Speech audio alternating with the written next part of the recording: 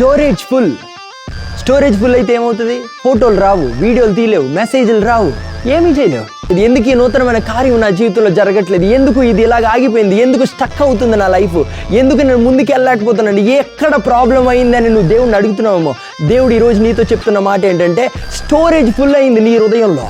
చింతలతో నీ హృదయం storage full అయిపోయింది. అందుకే మాథ్యూ చాప్టర్ 6:31 మనం చూస్తే, ఏమి తిందుమా, ఏమి త్రాగుదుమా, ఏమి ధరించుదుమా అని మీరు చింతపడకండి. అవన్నీ అన్యజనులు ఆలోచించే విషయాలు.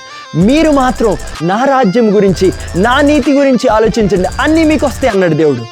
దేనితో చింతపడుతున్నాం? దేంతో మన హృదయం నింపబడి ఉంది? ఏమి తినాలి, ఏమి తాగాలి, ఏం ధరించుకోవాలి, ఏం జాబ్ చేయాలి, ఏంటి నా ఫ్యూచర్, నా రిలేషన్షిప్ ఏంటి, నా కెరియర్ ఏంటి, నా గొడవ ఏంటి, నా కుటుంబం ఏంటి, ఈ అన్ని చింతలతో మన హృదయాలు నిండిపోయి ఉన్నాయి. అందుకే దేవుడు అన్నాడు, ఆ చెత్తని, స్టోరేజ్ని క్లియర్ చేయి.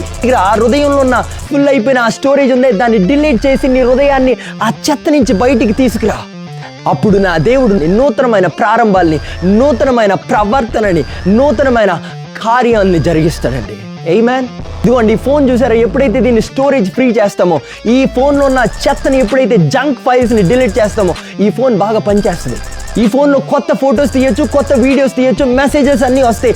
దేవుడు మనకు పంపించే ప్రతి మెసేజ్ మన దగ్గరికి రావాలంటే మన హృదయంలో ఉన్న జంక్, మన హృదయంలో ఉన్న నాన్ సెన్స్, మన హృదయంలో ఉన్న జంక్ స్టోరేజ్ అంతా డిలీట్ అవుతే దేవుడు పంపించే ప్రతి మెసేజ్ని, దేవుడు పంపించే ప్రతి వాగ్దానాన్ని మనం పొందుకోవచ్చు, మనం చూడొచ్చు. అవి మన రియాలిటీలో మనం చూడొచ్చు. ఎగ్జిస్టెన్స్లోకి దేవుడు తీసుకుని వస్తాడు. దేవుడు అడుగుతుంది అలా ఒకటే, నీ హృదయంలో ఉన్న చెత్తని డిలీట్ చేయి.